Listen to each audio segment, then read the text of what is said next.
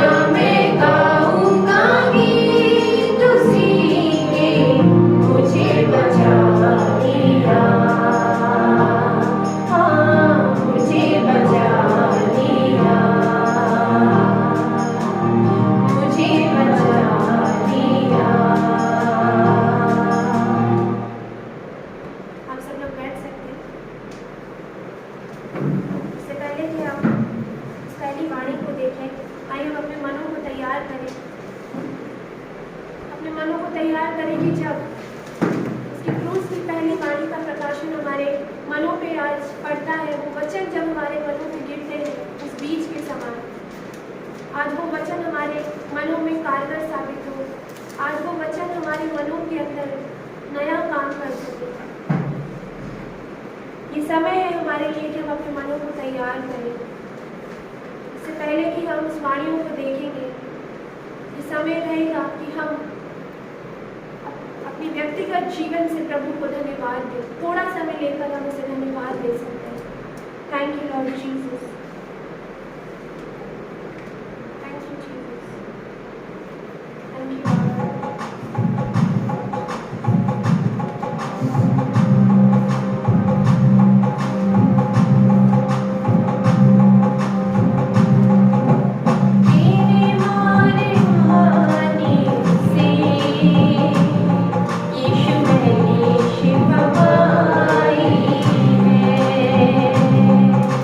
तेरे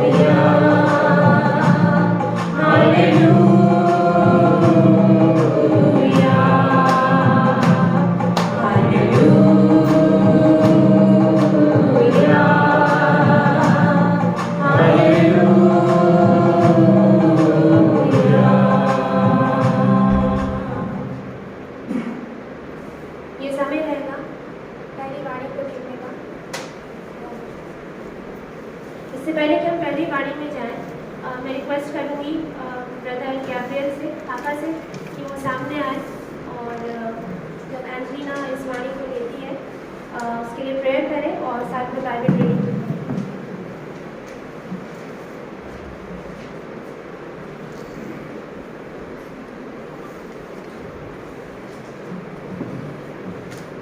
हालेलुया। परमेश्वर का धन्यवाद हो कि मैं जिस काम से डरता हूँ आज परमेश्वर ने वही करवा रहा है। मैं सबसे ज़्यादा डरता हूँ बाइबल रीडिंग से। मैं गाना गा सकता हूँ लेकिन बाइबल रीडिंग अगर कोई मेरे को बोल दे तो मैं मेरे मेन चर्च में से भी भाग जाता हूँ। लेकिन आज ये मेरी बेटी ने अनाउंस किया है तो मैं कहीं भाग भी नहीं सकता, तो मैं बाइबल रीडिंग कर रहा हूँ।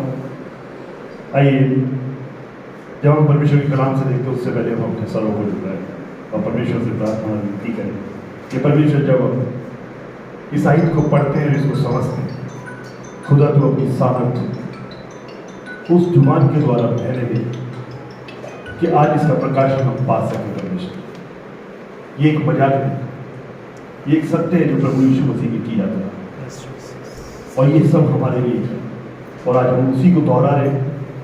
तो आइए हम अपने सरों को झुकाए परमेश्वर से प्रार्थना।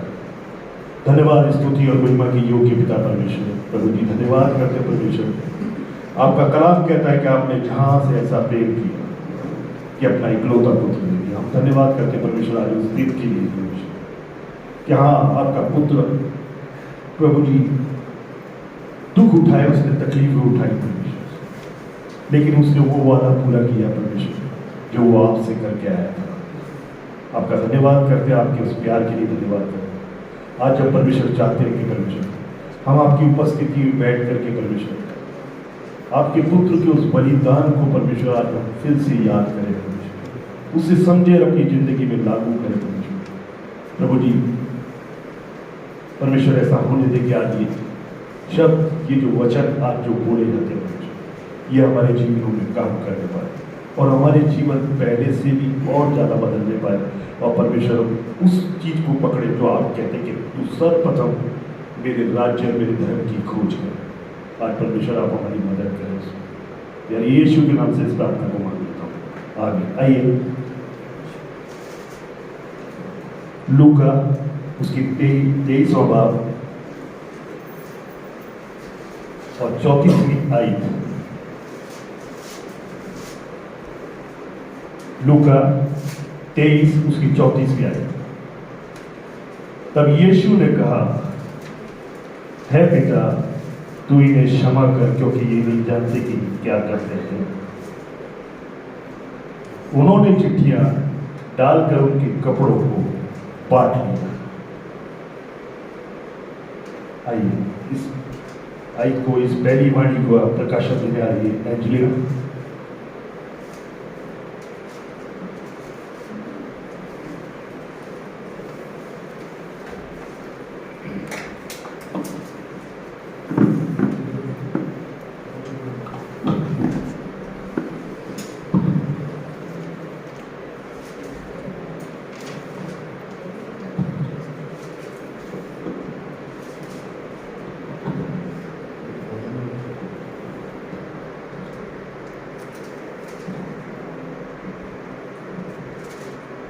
सभी को जय मसीह। तो पहली वाणी है, जैसे कि पापा ने पढ़ा कि उसमें लिखा हुआ है, यीशु मसीह बोलते हैं, तब यीशु ने कहा, हे पिता इन्हें क्षमा कर क्योंकि ये नहीं जानते कि क्या कर रहे हैं। परमेश्वर ने इस भाग में क्षमा को दिखाया कि किस प्रकार से यीशु मसीह ने हमारे पापों के लिए क्षमा मांगी, ना केवल हमारे पापों के लिए, मतलब पूरे संसार के पापों के लिए क्षमा मांगी। तो पहला भाग जो मैं आपको दिखाना चाहती हूँ कि जिस प्रकार से अगर हम पुराने नियम में से देखते, जिस प्रकार से एक महायाजक हुआ करता था और वो उस पूरे इजराइल देश के लिए साल में एक बार बलि को चढ़ाया करता था। उस बलि के द्वारा वो परमेश्वर से क्षमा मांगता था कि है खुदा कि पूरे इजराइल देश के पापों को क्षमा कर।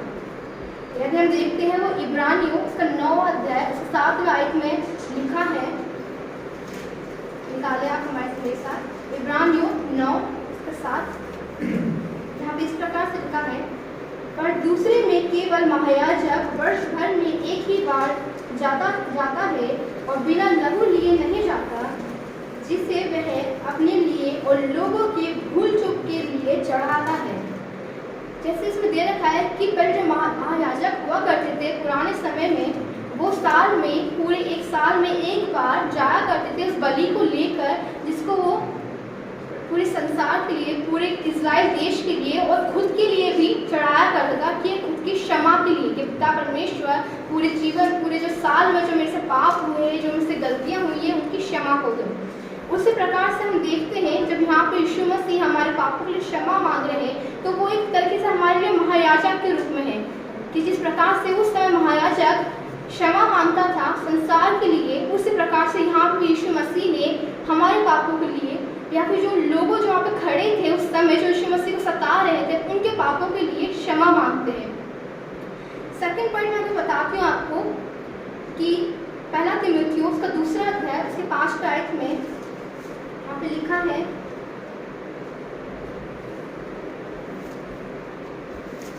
आप पढ़ सकते हैं हमारे साथ में, कोई जिसको मिलता है मेरे सहायता कर सकते पढ़ने में।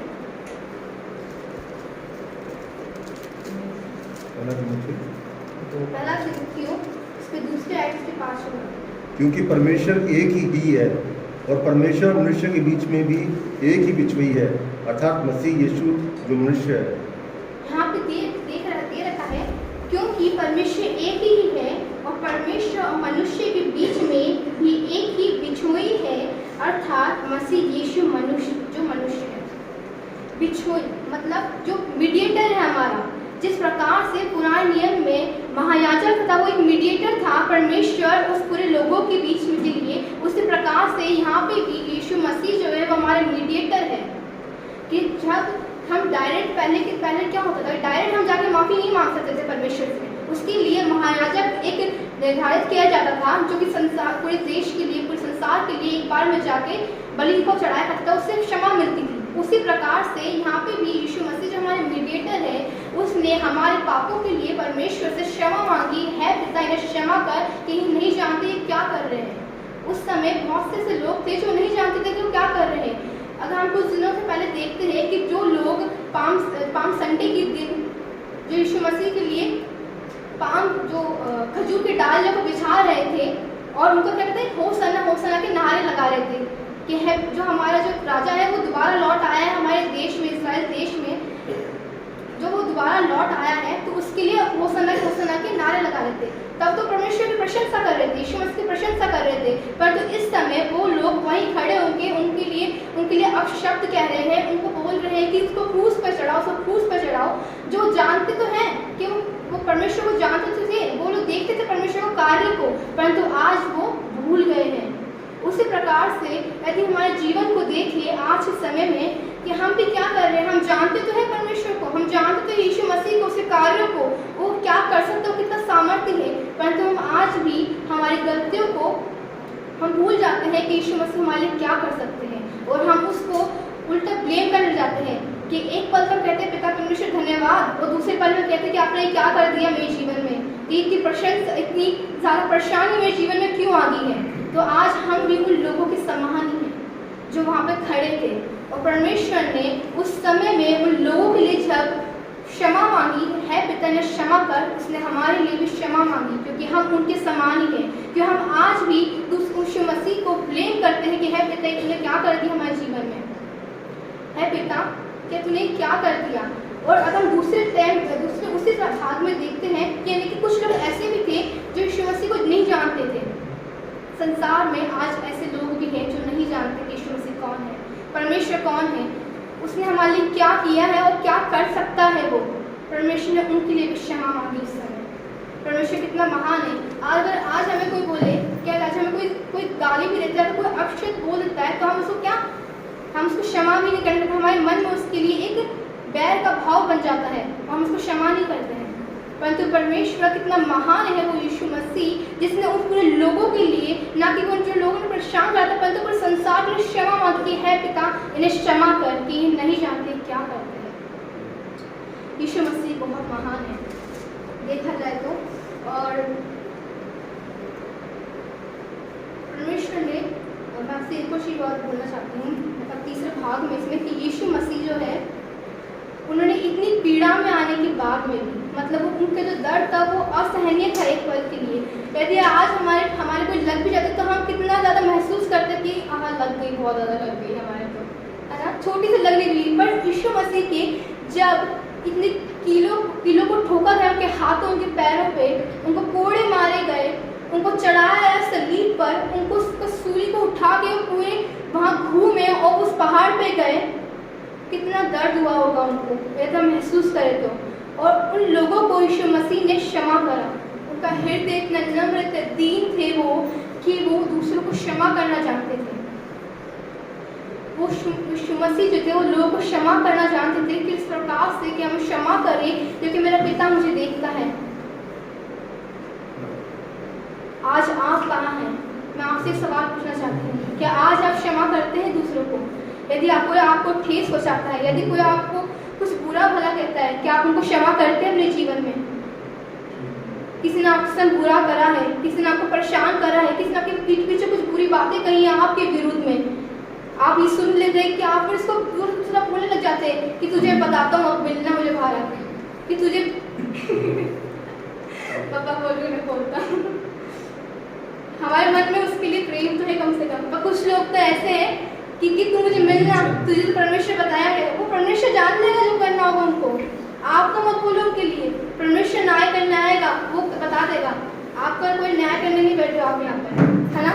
तो ये वही बात है कि जब यीशु मसीह ने वहाँ पर इतने जिन लोगों ने उनको इतना परेशान करा, जिन लोगों ने उनको इतना सताया, यीशु मसीह ने उनकी क्षमा के लिए माफ़ी मांगी परमेश्वर से, कि आप अपने दूसरों की क्षमा करने के लिए माफ़ी मांगते हैं। कभी आपने प्रार्थना में बोला कि है पिता, उसने मेरे साथ बुरा करा है, मैं नहीं पर तो आप देखेंगे उसको, आप उसको क्षमा करें उसके पापों के लिए, उसको पद लिए। क्या आपने बोला ऐसा?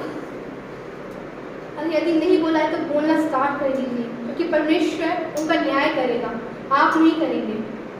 क्योंकि जिस प्रकार से यीशु मसीह ने क्षमा मांगी, आपको भी दूसरों की गलतियों के लिए, यदि कोई दूसरा आप कुछ बोलता है, आप कुछ करता है, आप उनको क्षमा मांगे, परमेश्वर से क्षमा मांगे कि पिता मुझे तो क्षमा कर, क्योंकि मैं तो गलत हूँ कहीं ना कहीं। यदि मेरे जीवन से कहीं गलती हुई है, उसको मैंने बुरा बुलाया तो मुझे क्षमा कर, उसको भी क्षमा कर कि वो नेक्स्ट टाइम से ऐसा ना करे। और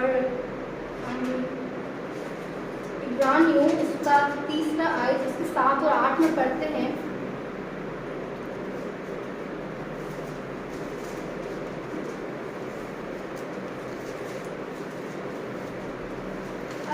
जैसे पवित्र आत्मा कहता है, यदि आज तुम उसका शब्द सुनो तो अपने मन को कठोर न करो, जैसा कि क्रोध दिलाने के समय और परीक्षा के दिन जंगल में किया था। इस वचन में पवित्र आत्मा कहता है कि है लोगों, है संसार के लोग, अपने मन कठोर ना करो। यदि आप इस वचन को सुन रहे आज के दिन, तो आप अपने मन को कठोर ना करें, क्योंकि जिस प्रकार से परमेश्वर ने वहाँ पर क्षमा को मांगी, आज आप क्षमा मांगे, है खुदा हमें क्षमा कर, है खुदा क्षमा कर उन लोगों को जो हमारे विरुद्ध में कहते हैं, है पिता क्षमा मांग, है पिता क्षमा कर उन लोगों को जो हमारे विरुद्ध में कहते हैं, या फिर जो संसार के विरुद्ध में कुछ षड्यंत्र रचते, क्षमा करो, आप करो। हम नहीं है कोई वचन को समझाने वाले, या फिर हम नहीं है कोई किसी का न्याय करने वाला, परंतु आप उसका संसार का न्याय करने वाले। आप क्षमा करें, हमें क्षमा करें, संसार को क्षमा करें। आज वो दिन है जब रिपेंट कर सकते हैं हमारे जीवन के लिए, है ना। हमें पश्चाताप करना है। हम इस वचन को हर साल सुनते हैं, हर साल हम सुनते हैं और चले जाते हैं, हर साल हम चर्च आते हैं, सुनते हैं, अलग अलग पास्टर साहब को समझाते हैं अपने अपने रूप में। हालांकि मैं तो पास्टर नहीं हूँ, मुझे तो आता भी नहीं है, पर परमेश्वर ने जितना समझाया और जितना मैंने सीखा उससे बता रही हूँ कि हम हर साल सुनते हैं इस वचन को, हम हर साल पूरी वाणियों को सुनते हैं, पर कभी अपने मनों में नहीं उतारते उसको, कभी अपने डेली लाइफ में उसको, अपने डेली लाइफ में उसको लेते नहीं है, अपने डेली लाइफ में उसको महसूस नहीं करते कि हाँ खुदावन ने हमारे लिए कितने बलिदान को दिया। जैसे कि दीदी ने बोला कि आज का दिन है वो जब हमें उसको याद करना है, ना कि आज के दिन पूरी जिंदगी भर उसको याद करना है कि उसने हमारे लिए क्या करा है। यदि हम आज अपने मन को फेर के उसके पीछे हो लेते हैं और रिपेंट करते हैं, क्षमा मांगते हैं, है खुदा हमें क्षमा कर, जिस प्रकार से यीशु मसीह ने क्षमा मांगी हमारे लिए, हमारे जीवन के लिए, कि है पिता का क्षमा कर, क्योंकि ये नहीं जानते क्या करते हैं। हाँ, सच में आज हम नहीं जानते कि हम क्या कर रहे हैं। हमें लगता है कि हम सही हैं, हमें लगता है कि हम जो कर रहे हैं वो सही संसार के रूप में, परंतु परमेश्वर के रूप में वो सब गलत है। हमें वो जानना है। ये वचन है, ये वचन हमें बताता है कि क्या सही है और क्या गलत है। यदि हम इस वचन को पढ़ते हैं तो परमेश्वर को जान सकते हैं, उसके वचनों पर चल सकते हैं, जो वो चाहता है हमारे जीवन से उसको कर सकते हैं। तो हमें आज के दिन रिपेंट करना है हमारे जीवन के लिए, क्षमा मांगनी है। खुदा क्षमा कर मुझे, मेरे परिवार को, पूरे संसार को एक बार फिर से क्षमा कर खुदा, पर इस दिन से हम अपनी एक नई जिंदगी को पा सकें। क्योंकि ये बलिदान का दिन, क्रिसमस हमारे लिए एक अलग चीज़ है कि वो यीशु मसीह का जन्म हुआ था, पर आज का दिन जो है वो हमारे लिए महत्वपूर्ण है। लोग सोचते हैं कि ये बहुत दुख का दिन है, दुख का दिन है कि यीशु मसीह को चढ़ाया गया, परंतु ये हमारे लिए खुशी का दिन है, क्योंकि हम उस दिन आज़ाद हुए हमारे पापों से, हमारे गुनाहों से। जब यीशु मसीह क्षमा मांगी हमारे गुनाहों के लिए, हम आज़ाद हो गए हैं। और आज के दिन से हम एक नए जीवन में कदम रख रहे हैं। है खुदावन कि ये जो दिन है वो हमारे एक नए जीवन के रूप में है, और आपने ये दिया, उनका धन्यवाद हो, धन्यवाद हो परमेश्वर। आप सभी को जय मसीह की। टॉपिक से थोड़ा भटक गई हूँ, पर मेन यही है, आज का दिन इसलिए मनाया जाता है कि हम रिपेंट कर सकें हमारी ज़िंदगी में, कि हम पश्चाताप करें कि जो हमने गलतियाँ कर चुके हैं। सबको जय मसीह।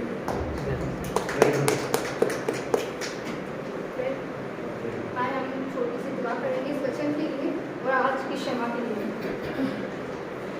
Hallelujah, hallelujah. खुदावन पिता परमेश्वर, धन्यवाद है पिता परमेश्वर आज के दिन के लिए। खुदावन पिता धन्यवाद, खुदावन पिता कि इस सुंदर सुबह हमारे जीवन में दिखाए खुदा प्रभु, कि हम आज के दिन आपके समीप आ सके खुदा पिता, और आपको एक कदम और जान सके खुदा प्रभु, और अपनी क्षमा को मांग सके आपके सामने खुदा पिता।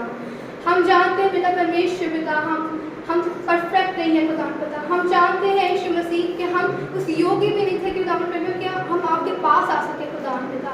हम पापी है खुदा प्रभु, परंतु पिता परमेश्वर पिता आपने अपने बलिदान को देखे खुदा प्रभु हमें शुद्ध करा है खुदा पिता। आपने अपने क्षमा को मांग कर खुदा पिता हमारे लिए खुदा हमें शुद्ध करा है खुदा पिता। धन्यवाद देते हो पिता परमेश्वर पिता। होने पाए खुदा प्रभु आज के दिन हम अपने मनों को बदल के खुदा पिता दूसरों के लिए क्षमा को मांग सके आपसे खुदा पिता। हम क्षमा को मांग से खुदा प्रभु जिन लोगों ने हमारे संग बुरा करा है, यदि संसार के लिए बुरा करा है, यदि किसी चीज़ के लिए बुरा करा है खुदा पिता, आप देखने वाले खुदावन हैं, आप उन्हें क्षमा करें खुदा पिता। और होने पाए खुदा प्रभु आज के दिन अपने दिनों को, अपने जीवनों को बदलने वाले हो परमेश्वर, और आपकी और एक कदम बढ़ाने वाले हो सके खुदा प्रभु। क्योंकि पिता परमेश्वर पिता हम एक कदम बढ़ाते हैं, आप 10 कदम बढ़ा के हमारे समीप आते हैं खुदा पिता, तो हम यीशु मसीह अपने बाहों में भर लेते हैं खुदा प्रभु। उसी प्रकार से खुदा पिता आप हमारे पास आए खुदा प्रभु, हमें छुए, अपने अनुग्रह में बढ़ाए खुदा पिता। और पिता परमेश्वर आगे के वाणियों को मैं आपके हाथों में सौंपती हूँ, हमारे जीवन को आपके हाथों में सौंपती हूँ। आप हमें बनाए, आप हमें बढ़ाए खुदा प्रभु आपके अंदर यीशु मसीह।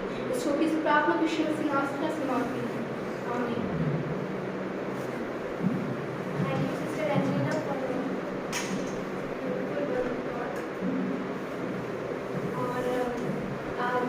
पहले कि हम दूसरी वाणी में जाएं, ये समय रहेगा, मैं बुलाना चाहूँगी सिस्टर अनीला को कि वो हमारे सामने एक स्पेशल सॉन्ग प्रस्तुत करें।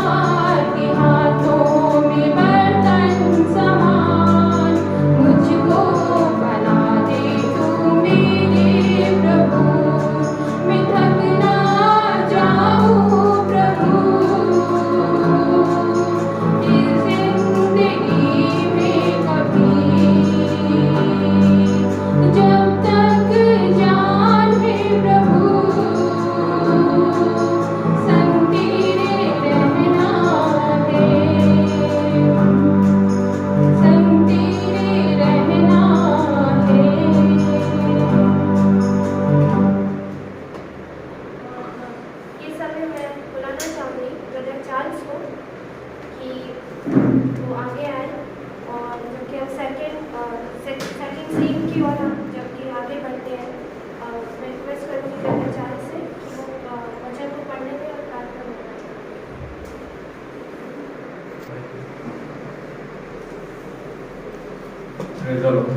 Praise the Lord. बहुत ही अच्छा लगा एंजेलिना से वचन सुन के एंड पहली बारी सुन के। एक नेक्स्ट जनरेशन है जो अब हमें बता रही है कि हमें क्या फॉलो करना चाहिए। एक जनरेशन चली गई और जो दूसरी जनरेशन है, बहुत ही अच्छा लगता है जब घर के बच्चे इतना अच्छा वचन लेते हैं और वो चीज़ें बताते हैं जो कि हमें जानने जरूरी है। परमेश्वर की दूसरी वाणी हम पढ़ेंगे लूका रचित सुसमाचार से 23 अध्याय 43 आए, ल्यूक चैप्टर 23 वर्स 43। यीशु ने उनसे कहा, मैं तुमसे सत्य कहता हूँ कि आज के दिन तू मेरे साथ स्वर्गलोक में होगा। And that from this day today on you will be with me in the heaven. तो आइए परमेश्वर को प्रार्थना करें। धन्यवाद देते हैं पिता परमेश्वर सुंदर दिन के लिए जो आपने हमें दिया मेहमान। आपने अपने वचन में कहा पिता परमेश्वर, अगर तुम चुप रहोगे तो पत्थर बोल पड़ेगा पिता परमेश्वर। और आप अपनी स्तुति पिता परमेश्वर हर एक को जल्द करवा सकते हैं पिता परमेश्वर, जो आपको जानते हैं पिता परमेश्वर। आज के लिए प्रार्थना करता हूँ आपके एक लहू के मुख से आप अपने मनों को साफ करने वाले बन सकें पिता परमेश्वर। और पिता परमेश्वर आपके साथ पिता परमेश्वर हम वो पिता परमेश्वर सारी बातों को पिता परमेश्वर आपके सम्मुख रख पाए पिता परमेश्वर। आप जब आपकी वाणी से पिता परमेश्वर वचन को समझाने वाला हो सके पिता परमेश्वर, अपने बंदे को पिता परमेश्वर आप अपने पिता परमेश्वर प्रभु से अपनी सामर्थ्य से भर दीजिए, ताकि जो भी वो बताएं हमें पिता परमेश्वर वही चीज़ें पिता परमेश्वर अपने जीवन में लागू करने वाले बन सके पिता परमेश्वर। एक बार फिर से पिता परमेश्वर आपकी हर एक बात को पूरे पिता परमेश्वर सर्विस को आपके हाथों में सौंपता हूँ, यीशु मसीह का नाम से आमीन। इस समय में है ना ब्रदर मनोज अली सर के लिए जबकि हम उनके द्वारा यीशु मसीह की क्रूस पे की कहे गई दूसरी वाणी को हम उनसे सुनेंगे। तो यीशु के मीठे मतलब नाम में आप सभी जय मसीह की जय मसीह। क्रूस पे से कही गई दूसरी वाणी, उसने उससे कहा, मैं तुझसे सच कहता हूँ कि आज ही तू मेरे साथ स्वर्गलोक में होगा। युवा माने सामर्थ्य प्रभु जी तेरे चरणों में आए हैं, इस योग्य तो नहीं कि तेरी बातें अपने मुख से हम कह सके कि हमारे होठ पिता हमारा मुख खुलता है, कमजोर है, नालायक है पिता, लेकिन तेरी दया होती है, तेरी करुणा होती है, तेरा अनुग्रह होता है कि पिता परमेश्वर हम जीवित पाए जाते हैं। तूने मौका दिया पिता परमेश्वर कि आज की क्रूस पे से कभी दूसरी वाणी तेरे बच्चों को समझाई जाए, जो तूने समझाया पिता परमेश्वर उसको समझाने वाला हो सको पिता, और समझाने और समझने की आत्मा तुझसे चाहते हैं पिता परमेश्वर।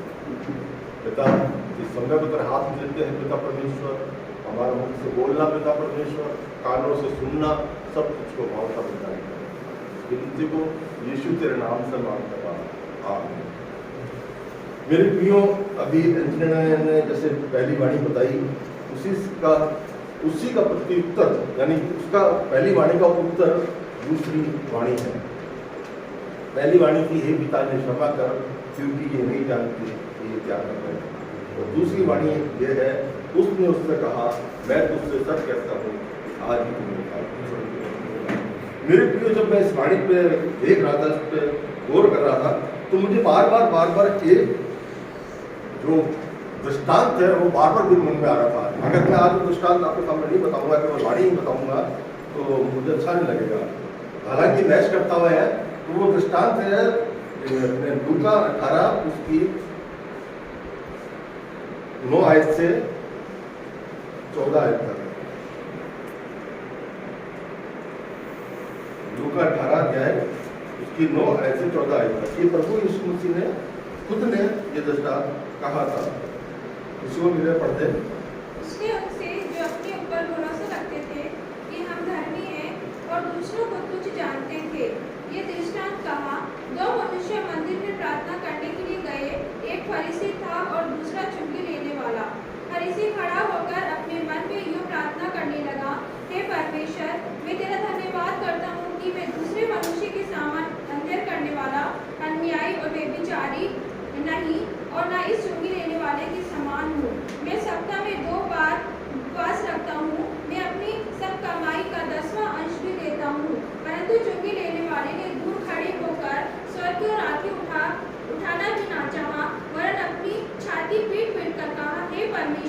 मुझ पापी पर दया कर। मैं तुमसे कहता हूँ कि मैं दूसरा नहीं परंतु यही मनुष्य धर्मी ठहराया जाकर अपने घर गया, क्योंकि जो कोई अपने आप को बड़ा बनाएगा वह छोटा किया जाएगा, और जो अपने आप को छोटा बनाएगा वह बड़ा किया जाएगा। यहाँ पर भी दो मनुष्य का जिक्र परमेश्वर बता रहा है, दृष्टांत के रूप में बता रहा है कि वो मंदिर में प्रार्थना करने गए। एक तो बड़ी बड़ी डींगे मार रहा है, मैं दशमांश देता हूँ, मैं ये करता हूँ, मैं वो करता हूँ, है ना, सप्ताह में 2 बार उपवास भी रखता हूँ, और साथ ही साथ वो एक बात जो कह रहा है परमेश्वर को पसंद नहीं आ रही, वो कहता है मैं इसके समान नहीं। कंपेयर कर रहा है खाद वाले से। वो सब कुछ करता है, अच्छी बात है, दशमांश देना अच्छी बात है, और उपवास रखना अच्छी बात है, परमेश्वर भय रखना अच्छी बात है, सब अच्छी बात इसके अंदर थी, लेकिन साथ में जो इसने एक बात कही कि मैं इसके समान नहीं हूँ, वो बात परमेश्वर को पसंद नहीं आई। और आप जानते हो किसकी प्रार्थना सुनी गई? जिसने अपने आप से कहा, तो अपने आप आंखें उठा के भी परमेश्वर को देखा नहीं चाहा और प्रायश्चित किया और छाती पीट पीट कहा, हे परमेश्वर मुझ पापी पर दया कर। और यही मनुष्य धर्मी ठहराया जाकर अपने घर गया, क्योंकि जो भी अपना बड़ा बनाएगा किया जाएगा, और जो अपना छोटा बनाएगा वो बड़ा किया जाएगा। अब हम चलते हैं वाणी की तरफ। मेरे प्रियो, क्रूस पे से कही गई दूसरी वाणी पहली वाणी का उत्तर है। ये वाणी एक प्रायश्चित भरे हुए इंसान को उद्धार दिलाने वाली वाणी है। ये वाणी एक ऐसी वाणी है जिसके द्वारा मनुष्य स्वर्ग के राज्य में प्रवेश कर गया, एक रास्ता उसको मिल गया।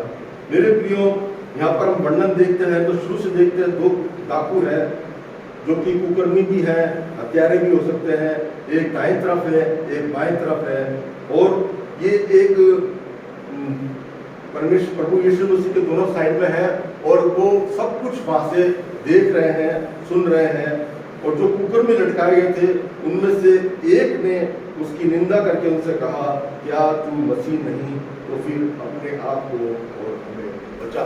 अब जिस प्रकार से वो 2 व्यक्ति मंदिर में गए थे, इसी प्रकार से यहाँ भी 2 व्यक्ति हैं जो कि डाकू हैं, कुकर्मी हैं, जिसमें से एक तो कह रहा है क्या तू मसीह नहीं है, अगर है तो हमें भी बचा, अपने आप को भी बचा और हमें भी बचा। अब इसकी बचाने की जो रिक्वेस्ट थी वो किस प्रकार थी? घमंड से भरे हुआ था ये, और ये कठोर मनुष्य था, और इसको इस बात की चिंता नहीं थी कि जो दंड हम पा रहे हैं उसकी सजा क्या है, क्योंकि पाप की मजदूरी मृत्यु है। रोमियो के पत्री में लिखा है पाप की मजदूरी तो मृत्यु है।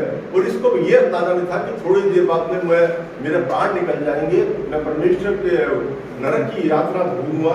तो उसने इस बात की परवाह ना करके परमेश्वर को ठट्टों में उड़ाया और कहा अगर तू मसीह है, उसकी निंदा करी, उसकी मजाक उड़ाई, और उससे कहा अगर तू मसीह है तो अपने आप को बचा और हमें भी बचा। लेकिन यह दूसरा व्यक्ति हम देखते हैं, दूसरा डाकू जो देखते हैं, वो कि कहता है वो परमेश्वर से डरने वाला इंसान था, और उसने वो सब नजारा अपनी आंखों से देखा था जो उसके सामने घटित हुआ था थोड़े समय पहले।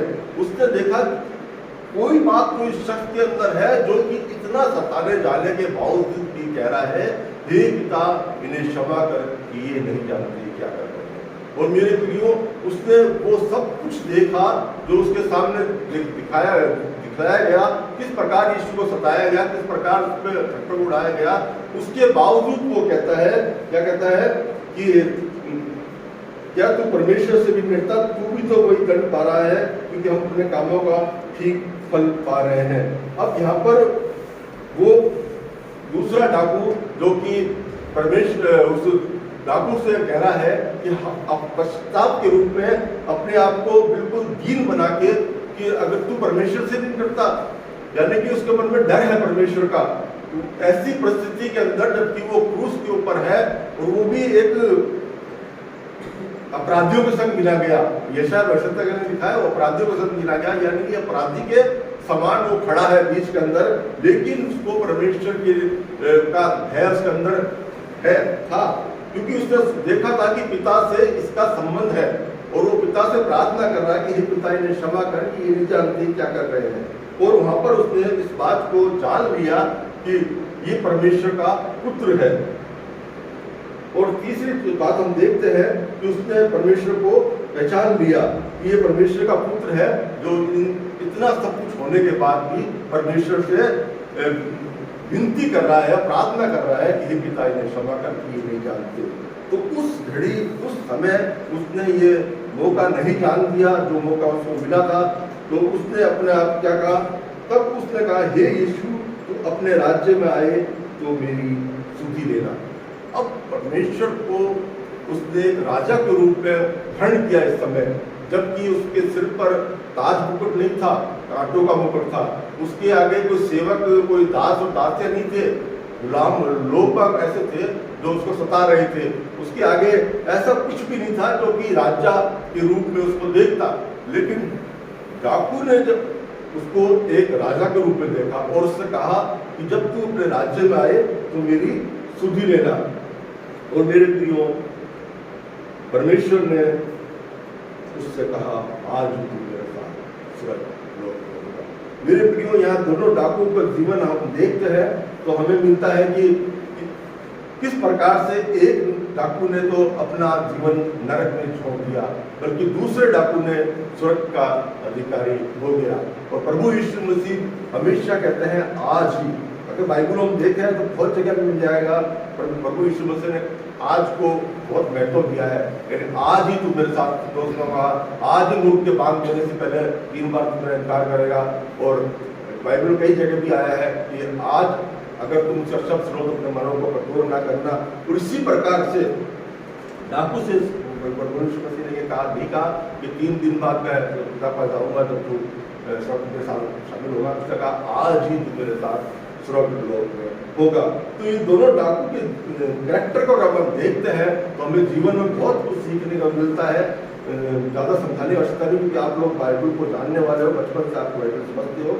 मैं तो सिर्फ इतना कहना चाहता हूँ कि अगर ऐसा मौका, कुछ ही समय का मौका इस डाकू को अपने जीवन के अंदर मिला, 3 या 6 घंटे के समय से मिला, और उसने अपने जीवन को परमेश्वर के राज्य में शामिल कर लिया और उद्धार पा लिया। मेरे प्रियो, हमें तो बहुत समय से समय मिलता आ रहा है और हम काफ़ी समय से परमेश्वर से सुनते समझते आ रहे हैं। उसके बावजूद अगर हम दूसरे डाकू के समान हो जाए तो हमारा जीवन नरक में हो जाएगा। लेकिन प्रभु यीशु मसीह इस वाणी के द्वारा, इस वचन के द्वारा हमको सीखने को मिलता है कि अगर आज हम उसका शब्द सुने, अपने मनों को कठोर ना करें, जिस तरह बसा यीशु ने किया था, और अपने आप को परमेश्वर के राज्य में शामिल कर लें। धन्यवाद। दुआ करें। पिता परमेश्वर, सचमुच डाकू हमें बहुत कुछ सिखा दिया, सचमुच पिता परमेश्वर उसने खुद पे विश्वास किया और ऐसी कंडीशन के अंदर जबकि चारों तरफ पिता के सामने निराशा था, पिता परमेश्वर उनके समान भी खुश था। सबका काटो का ताश था, लोग झटकों में डाले थे। वो सब बातें नहीं देख के पिता बल्कि उसने तुझको राजा माना पिता परमेश्वर, और पिता परमेश्वर उससे विनती करी पिता परमेश्वर, और तुमने उसकी प्रार्थना को स्वीकार किया और कहा पिता परमेश्वर सुंदर वाणी के लिए पिता परमेश्वर जो हमें जीवन के अंदर एक आदर्श के रूप में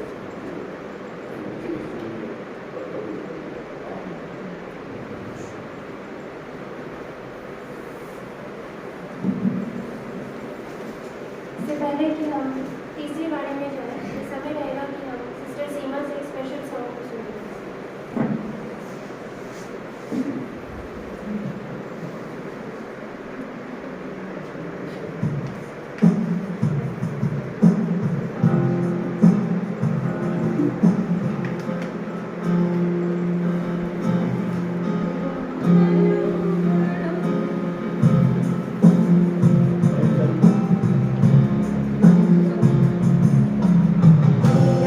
लव बड़ा कीमती है प्रभु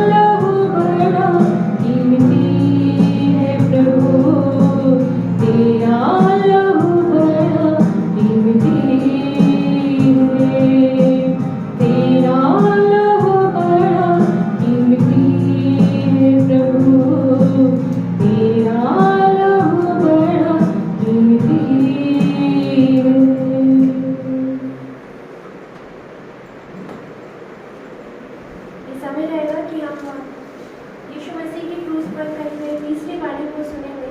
और इससे पहले कि हम प्रभु के वचन से देखें, मैं रिक्वेस्ट करूँगी सिस्टर आशा सोलोमन से कि वो आगे आए और आके वचन को पढ़ने में और वाणी के लिए बोले जाने में मैंने प्रार्थना करवाई।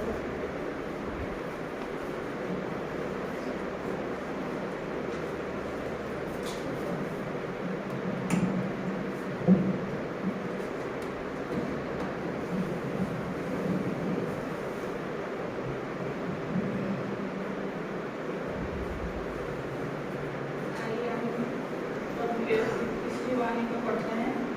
तब उसने चेले से कहा, ये तेरी माता है, और उस समय से वह चेला उसे लेकर अपने घर ले गया।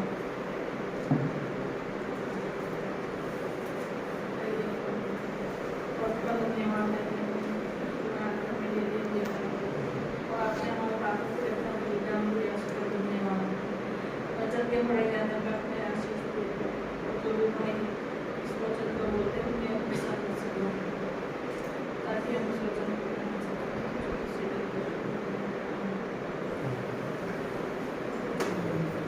और ये वक्त रहेगा कि हम पास्टर सुशील मैसेज से यीशु मसीह की तीसरी वाणी को सुनेंगे।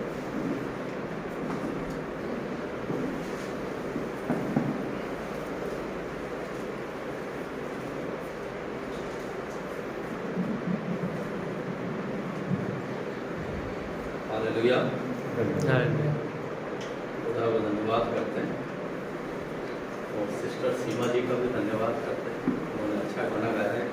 खुदा की आशीष।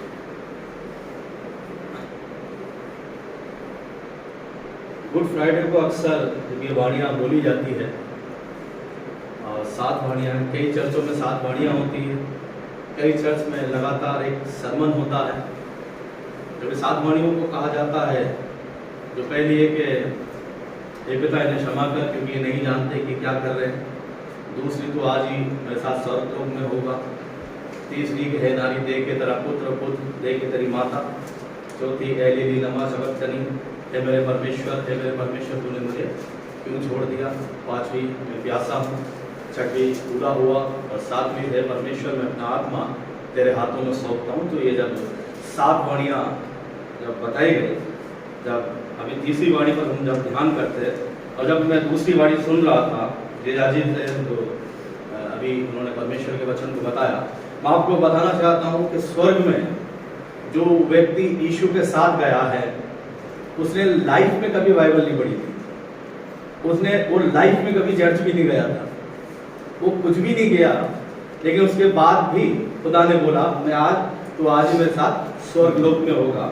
मैं विश्वास करता हूँ कि हम खुदा के लिए क्या करते हैं वो मायने नहीं रखता, हम खुदा के लिए किस मन से करते हैं वो बहुत मायने रखता है। तो परमेश्वर के सामने मेरे कार्य का वो महत्व नहीं है जितना इस मन का महत्व है। तो उस डाकू ने 2 डाकू थे, एक का मन सही नहीं, एक का मन सही। उसने जिससे प्रभु को जब अपना स्वीकार किया, उद्धार करता, तो वो स्वर्गलोक में गया, तो एक अच्छी आशीष मिली दूसरी वाणी से। लेकिन अब जबकि हम तीसरी वाणी को देखते हैं, मैं बाइबल नहीं पढ़ रहा हूँ, आपकी सहायता लूँगा। कोई भी एक जना एक बार फिर से यूहन्ना 19, 25 से 27 कोई भी एक जना पढ़ दीजिए एक बार। सैनिकों ने ऐसा ही किया। यीशु के क्रूस के पास उसकी माता और उसकी माता की बहन क्लोपास की पत्नी मरियम और मरियम मगदलीनी खड़ी थी। जब यीशु ने अपनी माता और उस चेले को जिससे वे प्रेम रखता था पास खड़े देखा, तो अपनी माता से कहा, हे नारी देख ये तेरा पुत्र है। तब उसने चेले से कहा, वे तेरी माता है। और उसी समय से वे चेला उसे अपने घर ले गया। अगर आप क्रूस की ये 7 वाणियों को देखोगे तो शुरुआत की 3 वाणियां दूसरों से कही गई है और आखिर की 4 वाणियां अपने लिए की गई है। अगर आप देखो जो शुरुआत की 3 वाणियां जो मैंने आपको बताई वो किसी और को कही गई है, और उसके बाद जब हम अभी चौथी से लेकर 7वीं तक सुनेंगे वो खुदा ने अपने लिए की। लेकिन जब हम तीसरी वाणी को सुनते हैं, इसको देखते हैं, तो क्रूस पर इस समय यीशु मसीह को चढ़ाया जा चुका है, उसका ब्लड जा रहा है। एक तरह से कह दीजिए ब्लड नहीं जा रहा, प्राण जा रहा है, क्योंकि जो प्राण है वो लहू में है। तो जब ब्लड जा रहा है, मतलब प्राण निकल रहा है धीरे धीरे। लेकिन जब प्राण निकल रहा है, ऐसे में भी अगर आप देखें मरियम जो क्रूस के नीचे खड़ी है, उस समय यीशु मसीह ने जो बोला वो बहुत आशीषित बात है, क्योंकि जिम्मेदारी एक होना महत्वपूर्ण चीज है। आत्मिक जिम्मेदारी और पारिवारिक जिम्मेदारी। कई लोग आत्मा में इतने चले जाते हैं कि परिवार की ही उपेक्षा कर देते हैं, वो सही नहीं है। खुदा ने बैलेंस लाइफ दी है, एक बैलेंस लाइफ होना बेहद जरूरी है। खुदा के साथ समय बिताना है, प्रार्थना करनी है, उसकी उपस्थिति में रहना है। यहाँ पर हम देखें उसकी आत्मिक जिम्मेदारी थी कि वो हमें पाप से छुटकारा दिलाए, और इसलिए वो क्रूस पर आपके और मेरे लिए चढ़ा। और जब चढ़ा तो इसलिए क्योंकि ये स्थान एक्सचेंज हुआ है। बाइबल में लिखा हुआ अपनी राख मुझको दे दो और मुझसे मेरी सुंदरता ले लो। तो ये क्रूस पर एक्सचेंज हुआ है। यीशु तो बना है हमारे लिए पाप। बाइबल में लिखा हुआ कि यीशु मेरे लिए क्या बना है? पाप। और यीशु के जरिए से मैं बन गया पवित्र। तो एक्सचेंज हुई है जो पोजीशन है। क्रूस पर परमेश्वर ने सिर्फ मुझे उद्धार नहीं दिया, मेरी पोजीशन को चेंज किया है। वो मेरे लिए पाप बन गया और मैं उसके जरिए से पवित्र बन गया। और ये महत्वपूर्ण है जो आज हमें समझना है कि मैं मसीह यीशु में पवित्र हूं, आशीषित हूं, फलवंत हूं, अनुग्रहित हूं। ये हमें इन बातों को समझना पड़ता है। जब हम समझते हैं हम आशीष पाते हैं। तो ये हम खुदा को धन्यवाद दे कि खुदा हम तेरा धन्यवाद करते हैं कि तूने हमें एक अलग व्यक्तित्व बनाया है, हमारी पहचान बदल दी। जब परमेश्वर ने अदन की वाटिका में आदम को बनाया था, तो मैं आपको बताना चाहता हूं कि जब आदम को बनाया था तो जो आपके पास शरीर है उस शरीर से नहीं बनाया था। जो उसके लीवर होगा, हार्ट होगा, वो वाला शरीर नहीं था आदम का। आदम का शरीर ही अलग था। वो क्योंकि ये जो शरीर है ये दिन प्रतिदिन घटता जाता है। कभी ब्लड प्रेशर डाउन है, कभी अप है, शुगर है। उस शरीर में ना तो शुगर होती थी, ना ब्लड प्रेशर होता था, ना कुछ होता था। वो अलग शरीर दिया था। परमेश्वर ने जो शरीर बनाया था आदम का, वो एक अलग शरीर था। और अब जब आदम ने पाप किया, एक अलग शरीर उसका हो गया। और इसलिए बाइबल बताती है दो आदम के बारे में। पहला आदम जिसने खो दिया अपना अधिकार शैतान के बहकावे में आके, और फिर आता है दूसरा आदम अर्थात यीशु मसीह, जिसने वही अधिकार क्रूस पर से वापस हमें दे दिया। तो आज हमें इस एक्सचेंज को समझना है कि प्रभु यीशु मसीह आपने मेरे लिए ना केवल कलवरी की क्रूस पर जान दी, लेकिन मेरी पोजीशन ही बदल दी। मैं प्रभु यीशु मसीह में आशीषित हूं, फलवंत हूं, जीवन से बढ़कर हूं, धर्मी हूं। यीशु मसीह में मैं परमेश्वर की संतान हूं। यीशु मसीह में फलवंता की आशीषें मेरी है। मुझे ये समझना है कि सिर्फ उद्धार नहीं है, पैकेज है पूरा, कि खुदा ने उन बातों को पूरा बदल दिया है आज आपके और मेरे लिए। तो जब हम परमेश्वर के पास आते हैं और खुदा को कहते हैं कि खुदा हम तेरा धन्यवाद करते हैं कि तूने हमारी मदद करी और हमारे लिए तमाम बातों को पूरा किया। अब महत्वपूर्ण चीज क्या है? जो खुदा ने कर दिया है उसे हमें करने की जरूरत नहीं है। समझ रहे हैं आप बात को? जो खुदा ने कर दिया है अब उसे मुझे करने की जरूरत नहीं है। अगर 40 दिन के उपवास उसने रख लिए हैं, मुझे रखने की जरूरत नहीं है। लेकिन अगर फिर भी रखते तो आप पाप नहीं करते। लेकिन ये मैंडेटरी कभी नहीं होना चाहिए, क्योंकि जो खुदा ने किया है उसके पीछे एक मोटिव था कि उसने जो 40 दिन के उपवास किए वो इसलिए किए ताकि वो उसके बाद वो चेलों का चुनाव करे। और उसने चेलों का चुनाव किया, उसके बाद फिर सारी, क्योंकि उपवास में बैठना लगातार खुदा के साथ समय बिताना जरूरी है। और इसलिए क्योंकि यीशु ने मुझे पाप से क्या कर दिया है? छुड़ा दिया है। अब अगर मुझसे कोई पाप होता है, जब मैं जाता हूं खुदा के पास और कहता हूं कि खुदा मुझे माफ कर, तो यीशु का लहू इतनी ताकत रखता है कि आपके और मेरे गुनाहों की वो हमें माफी दे सकता है। तो खुदा ने बड़ा एक्सचेंज किया है कलवरी के क्रूस पर। मैं पवित्र हूं, मैं धर्मी हूं, मैं आशीषित हूं यीशु मसीह में। आज संसार परमेश्वर की प्रजा हो सकता है, लेकिन केवल वो लोग जिन्होंने यीशु मसीह को अपना उद्धारकर्ता माना है, केवल वो ही लोग परमेश्वर की संतान है, दूसरे नहीं है।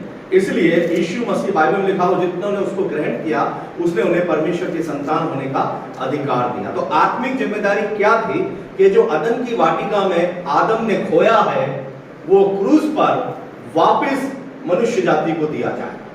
आदम ने सारा अधिकार खो दिया था और कहां खोया था?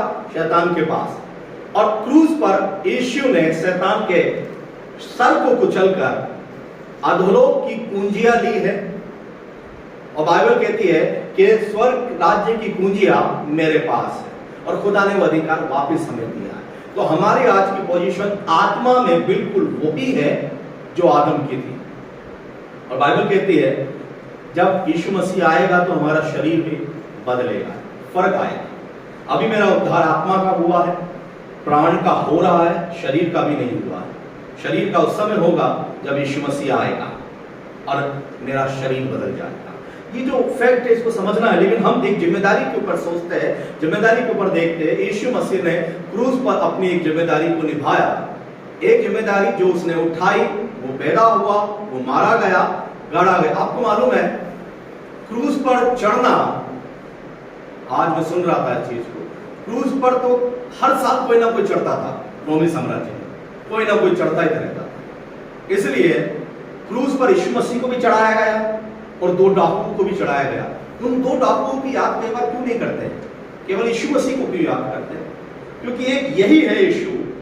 2 डाकू क्रूस पर चढ़ाए गए और मर गए और फिर कभी जिंदा नहीं हुए। एक खुदा था, खुदावन यीशु मसीह, जो क्रूस पर चढ़ाया गया, मारा गया और मुर्दों में से तीसरे दिन जी उठा। इसलिए फर्क शानदार है कि खुदा ने मेरे लिए उस आत्मिक जिम्मेदारी को पूरा किया और मेरी आत्मिक परिस्थिति को क्या कर दिया है? बदल दिया है। आज की डेट में मैं अब पापी नहीं हूं, मेरे गुनाह माफ हो चुके हैं। यीशु मसीह में मैं पवित्र हूं, यीशु मसीह में मैं धर्मी हूं। जब मैं दुआ करता हूं, माफी मांगता हूं, तो हमें क्या मिलती है? माफी मिल जाती है। खुदा हमें माफ कर देता, क्योंकि खुदा ने अपना लहू हमारे लिए इसलिए पाया। लेकिन एक थी पारिवारिक जिम्मेदारी, और वो जिम्मेदारी ऐसे थी, मैं नहीं जानता कि क्रूस के दौरान यीशु का जो फिजिकली जो पापा है, जिसको कहते हैं यूसुफ, वो कहाँ था? बाइबल में मेंशन नहीं है कि वो नीचे खड़ा था या। अब यीशु मसीह के 4 भाई और थे, वो भी मेंशन नहीं है कि वो कहाँ थे। एक बार पढ़िएगा मत्ती 13 का 55, इसे भी पढ़ दीजिए। मैं नहीं पढ़ूंगा, आपकी सहायता ले रहा हूँ। मत्ती 13 का 55।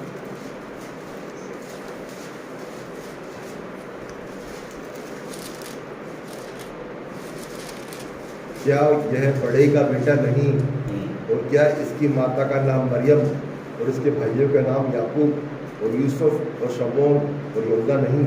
ये नासरत में जब यीशु मसीह आया तब बातचीत हो रही है कि इसकी माँ का नाम, या बड़ाई का बेटा जो बड़ाई का काम करता है यूसुफ, वो तो नहीं, और इसकी माता का नाम तो मरियम, और इसकी भाइयों का नाम जो 4 नाम बताए गए, ये क्रूस पर नहीं थे या थे मैं नहीं जानता।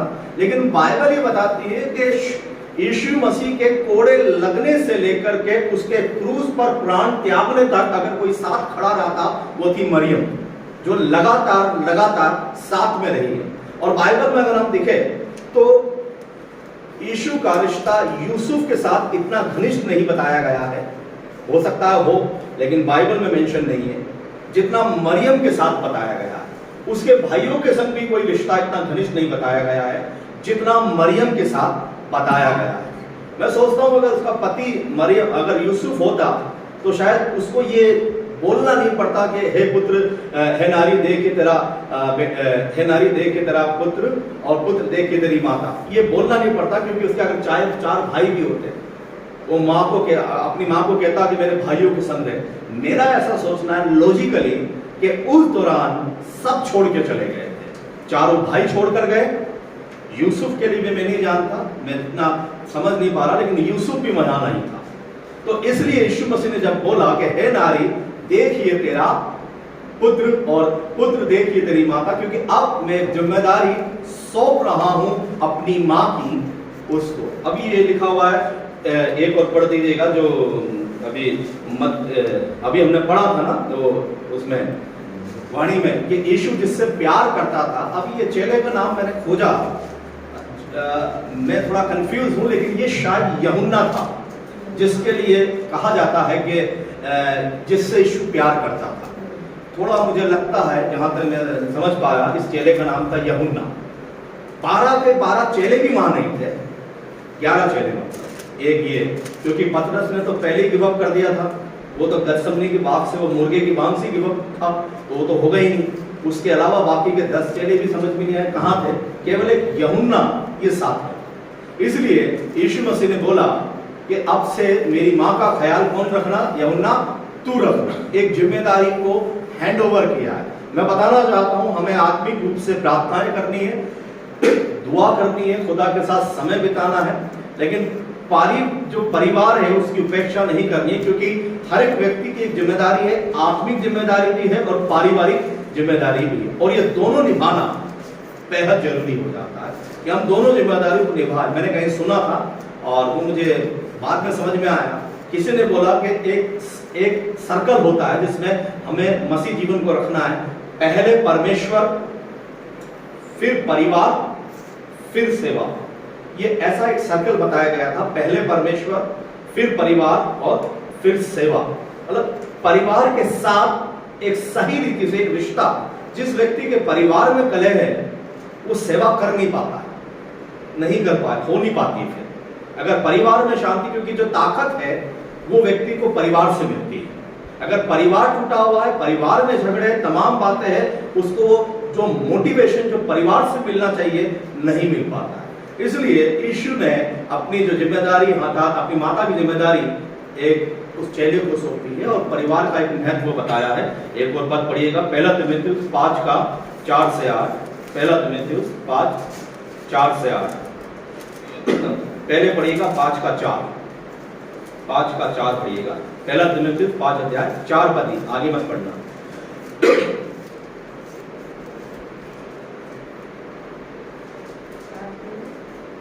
पहला तीमुथियुस 4 पद।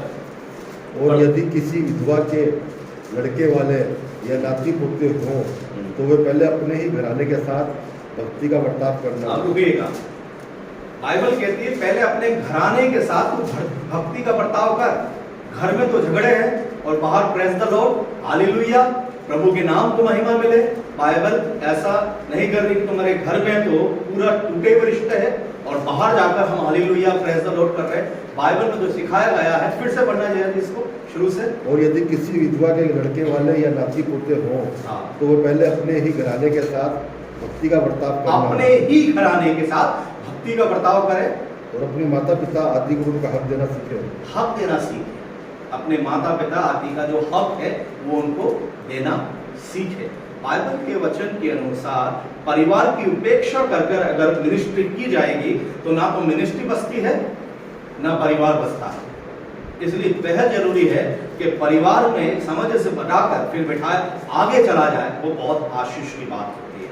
क्या अपने माता पिता का क्या करो, हक दो। एक जो मत्ती 15 का 4 से 8 पढ़कर हम खत्म करेंगे। मत्ती 15 4 से 8 पढ़ दीजिए।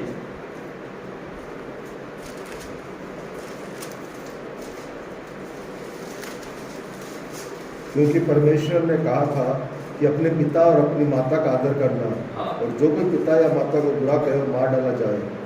पर तुम कहते हो कि यदि कोई अपने पिता या माता से कहे कि जो कुछ तुझे मुझसे लाभ पहुंच सकता था वह परमेश्वर को भेंट चढ़ाई जा चुकी, तो वह अपने पिता का आदर ना करे, तो तुमने अपनी रीति के कारण परमेश्वर का वचन टाल दिया।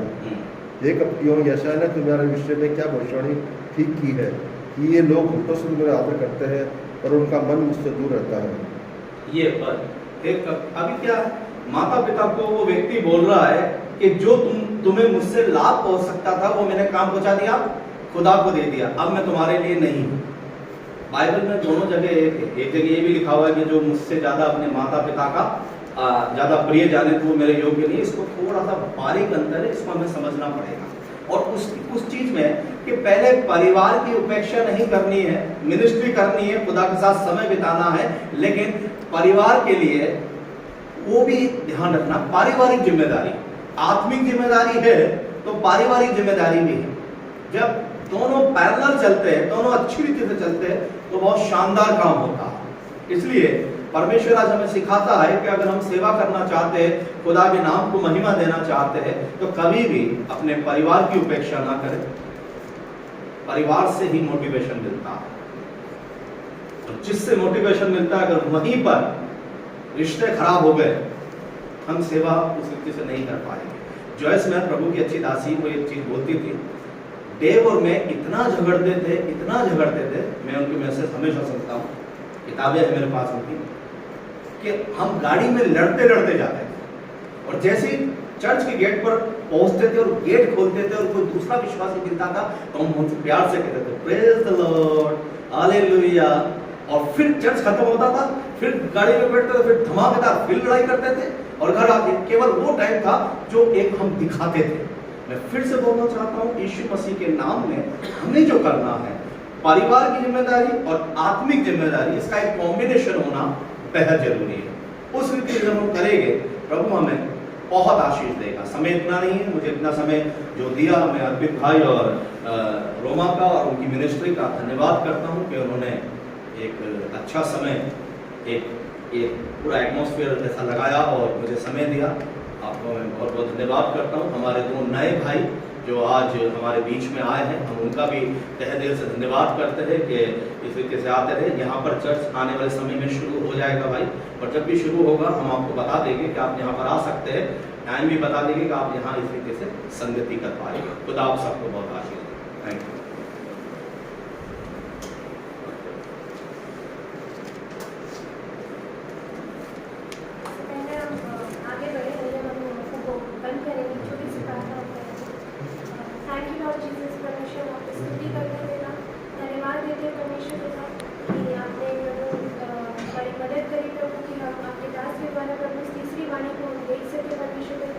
जहाँ प्रभु हमें अपनी जिम्मेदारी प्रभु उन्हें सिखाई है परमेश्वर पिता कि हमें किस रीति से आत्मिक परमेश्वर और अपनी फैमिली लाइफ को प्रभु बैलेंस के साथ लेकर चलना है परमेश्वर पिता। प्रभु यीशु मसीह आप हमारी अगुवाई करें प्रभु, कि जब ये वचन हमारे मनों में उतरा है परमेश्वर पिता, प्रभु हम इस पर चलने वाले बेटा और बेटी बन सकते हैं परमेश्वर।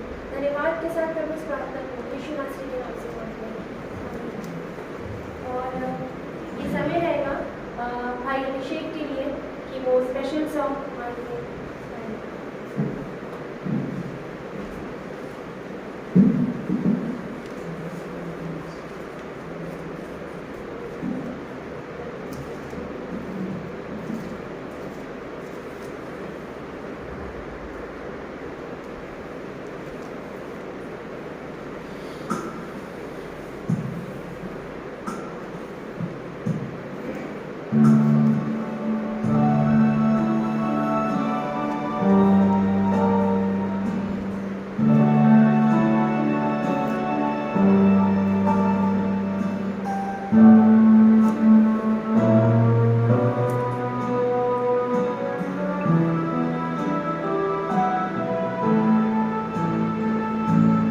यीशु तेरे करीब आने से जिंदगी मेरी बदल गई।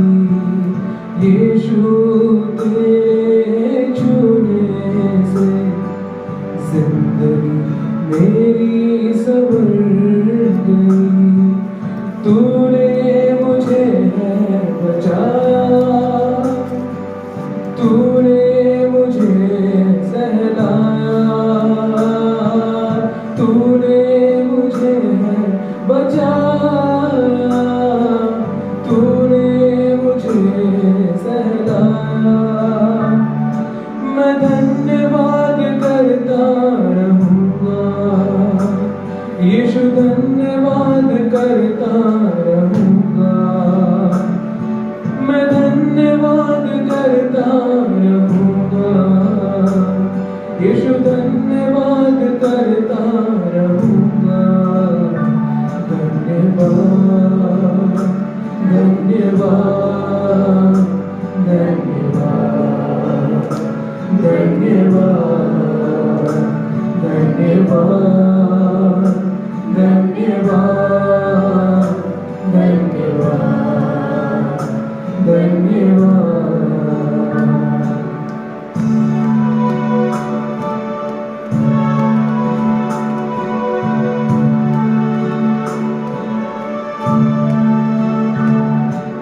मैं जो पापों में डूबा हुआ था और जो तुझसे दूर हुआ,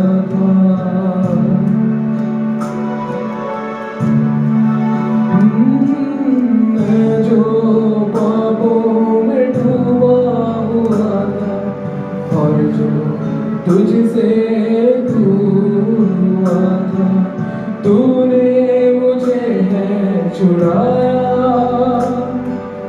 अपनी राह पर चलाया, तूने मुझे है छुड़ाया, अपनी राह पर चलाया। मैं धन्यवाद करता रहूँगा, यीशु धन्यवाद करता रहूँगा, मैं धन्यवाद करता रहूँगा, यीशु धन्यवाद करता रहूँगा। धन्यवाद धन्यवाद धन्यवाद धन्यवाद धन्यवाद धन्यवाद धन्यवाद धन्यवाद।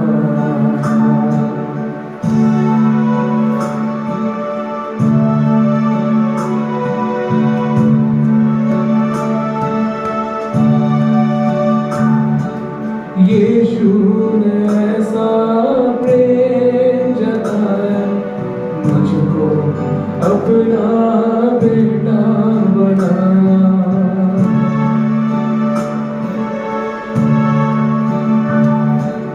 यीशु ने ऐसा प्रेम जताया, मुझको अपना बेटा बनाया, अपना लहू बहाया,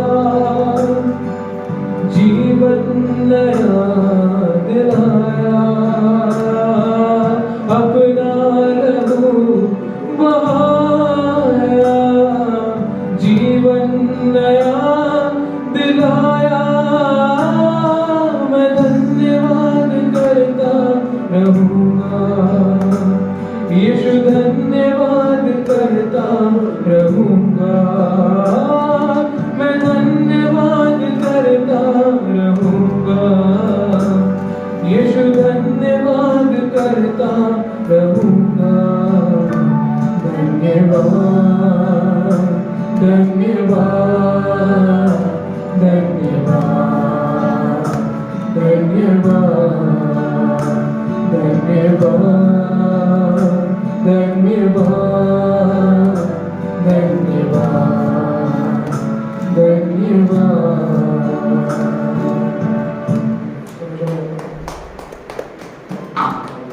और इस समय मैं सिस्टर रीना मैसी को बुलाना चाहूँगी कि वो आगे आकर जबकि हम देखते हैं यीशु मसीह की चौथी वाणी को आगे आकर बाइबल रीडिंग में और प्रार्थना में अप्लाई करें।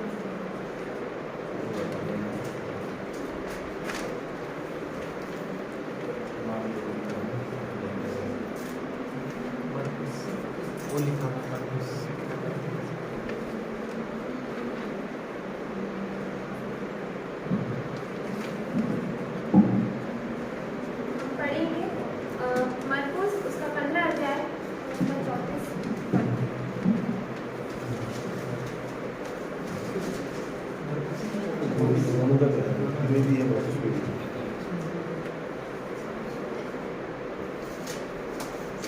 आइए आप परमेश्वर के वचन से पढ़ें मरकुस 15 का 34।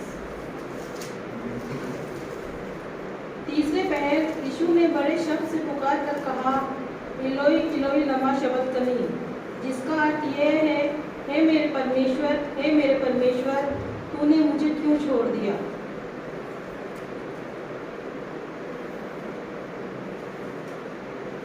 आइए हम प्रार्थना करें। धन्यवाद पिता परमेश्वर, धन्यवाद देते पिता परमेश्वर आज के दिन के लिए पिता परमेश्वर, जब हम प्रभु जी सब यहाँ इकट्ठे हुए पिता परमेश्वर, तेरी सात वाणियों को सुनते पिता परमेश्वर, इस विश्वास के साथ पिता परमेश्वर, हम जानते पिता परमेश्वर कि आज संसार इस दिन को मना रहा है कि तू क्रूस पे चढ़ा है पिता परमेश्वर, लेकिन हम जानते पिता परमेश्वर तू उस क्रूस की मौत को तूने पिता परमेश्वर हरा दिया प्रभु जी, और तू जीत के पिता परमेश्वर की दाहिनी ओर जा बैठा है पिता परमेश्वर।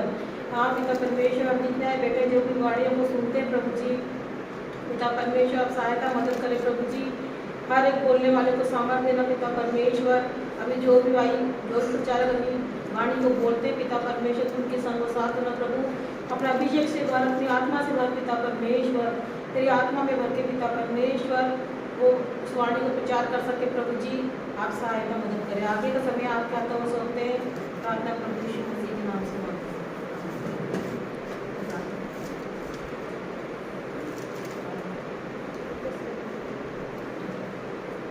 ये समय रहेगा।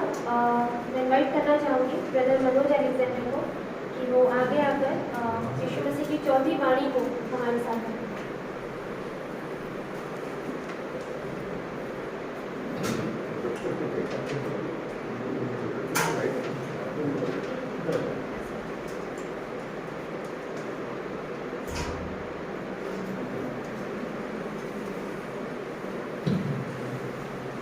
क्रूस पर से कही गई चौथी वाणी।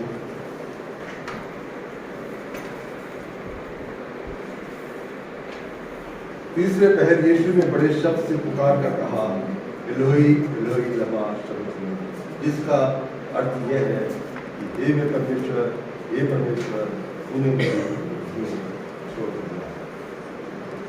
इस वाणी पर जाने से पहले हम फिलिपियों के पत्र की, और उसके नाम फिलिपियों पत्री, उसका 2 अध्याय, उसकी 5 आयत, 6 आयत और 7 और 8, 5 से लेकर 8 आयत तक। फिलिपियों 2 अध्याय,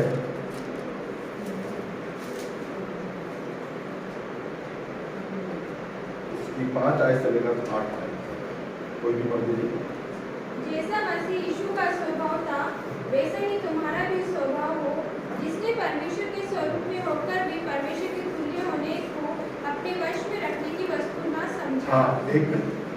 जैसा यीशु मसीह का स्वभाव था, वैसा ही तुम्हारा भी स्वभाव था। ये आज का दिन, फ्राइडे का दिन, 7 वाणियों का दिन के साथ साथ 7 वाणियां तो हम सीख रहे हैं, और इन वचनों से, परमेश्वर की बातों से हम बहुत कुछ सीख रहे हैं, लेकिन साथ साथ आज हम इसके साथ दूसरी चीज भी लेके चलते हैं।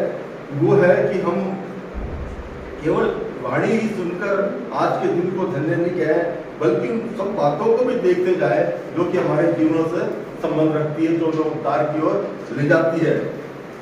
तो पौलुस फिलिपियों कलीसिया को लिख रहा है कि जैसा मसीह यीशु का स्वभाव था, वैसा ही तुम्हारा स्वभाव हो।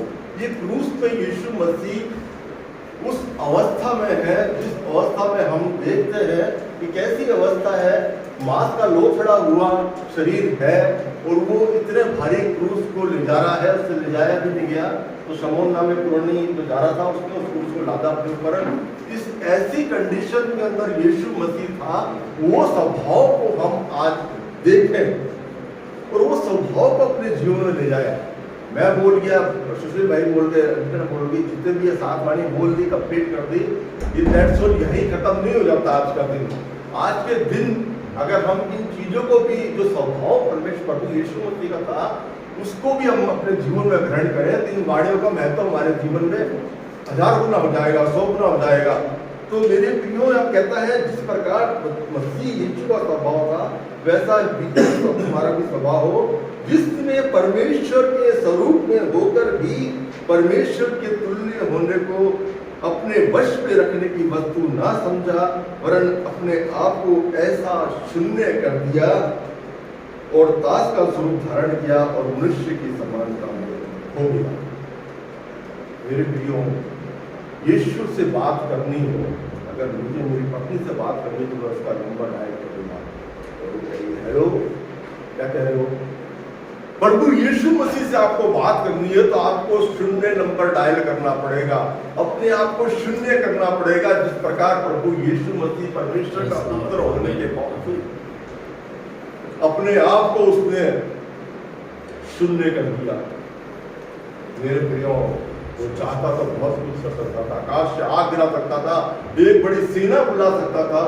वो क्या थे? वो कहता है उस समय जब वो उस पर दोष प्रत्योष लगा रहे थे, तो ये अधिकार मुझे ऊपर से दिया गया है।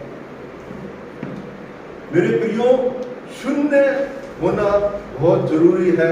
ये 7 वाणियों का महत्व जब हमारे जीवन पूरा होएगा, जब हम अपने आप को परमेश्वर यीशु मसीह का स्वभाव के अनुसार अपना स्वभाव बना लेंगे। पर अपने आप को ऐसा शून्य करके और दास का स्वरूप धारण किया, मनुष्य समानता में हो गया और मनुष्य के रूप में प्रकट होकर अपने आप को दीन किया और यहाँ तक आज्ञाकारी रहा कि मृत्यु क्रूस की मृत्यु से मृत्यु ही नहीं मेरे प्रियो, क्रूस की मृत्यु। जहाँ क्रूस का शब्द आता है और शाप आता है, ऐसी मृत्यु आती है मेरे प्रियो, जिस प्राण धीरे धीरे धीरे धीरे निकलता है। यीशु मसीह के 39 घोड़े लगे थे, जल्द प्राण निकल गया था मेरे प्रियो। उसकी वो यात्रा है, वो मार्ग, वैसी चीज, वो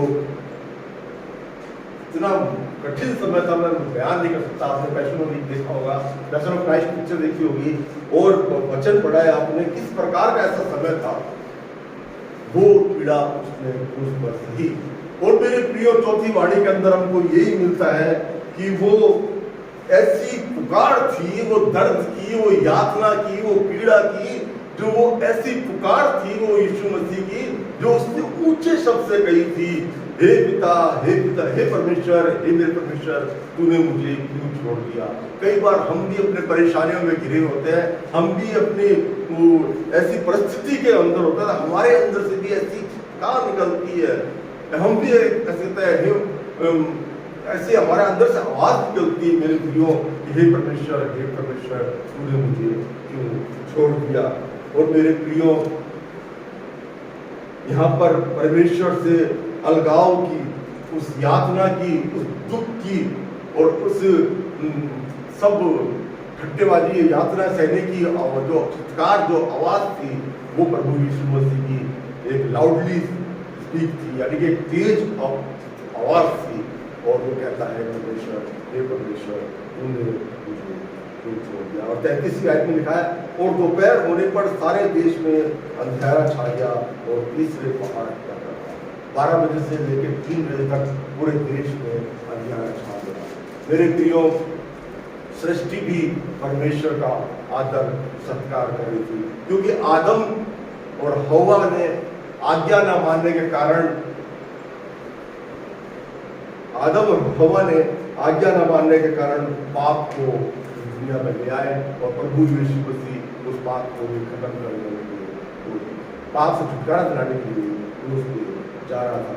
मेरे प्रियो, यीशु मसीह का तो परमेश्वर की यीशु मसीह के अंदर योजना पूरी करने के लिए तो उत्पत्ति 3:15 से शुरू हो गया था। मैंने जिक्र किया था कि जब उसने शाप दिया था, उस समय से परमेश्वर की योजना यीशु मसीह के अंदर को लेकर आ गई थी और आज वही हो रहा था।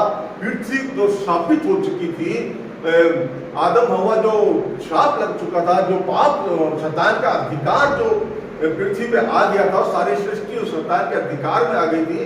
प्रभु यीशु मसीह के द्वारा उन सारे शापों से, सारे अधिकारों से प्रभु यीशु मसीह आज क्रूस की ओर जा रहे थे और क्रूस पे टके हुए हैं।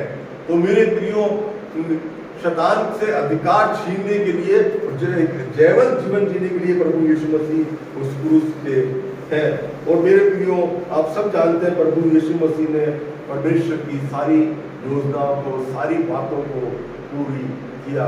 और जैसे कि अभी हमने पश्चिम में पढ़ा था, भजन संहिता 22 अध्याय, उसकी पहली आयत के अंदर जो दाऊद कहता है, हे परमेश्वर, हे परमेश्वर, तूने मुझे क्यों छोड़ दिया। वो भविष्यवाणी भी परमेश्वर ने अपने शब्दों के द्वारा करी और कहता है, हे परमेश्वर, हे परमेश्वर, तूने मुझे क्यों छोड़ दिया। अगर हम देखें किस प्रकार से, जैसे भी इसने बताया था कि महायाजक 1 साल के अंदर एक बार मंदिर में जाता था और वो लहू लेकर, बकरों का या मेमनों का हो, वो लहू लेकर उस पर्दे के अंदर जाता था और वो अधिकार केवल महायाजक को था। तो अगर हम इब्रानी की पत्री निकाल लें तो समझने में आसानी होगी। 4 अध्याय,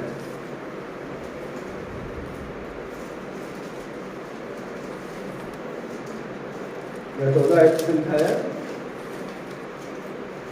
सो जब हमारा ऐसा बड़ा महायाजक है जो स्वर्गों से होकर गया, अर्थात परमेश्वर का पुत्र, तो सुना है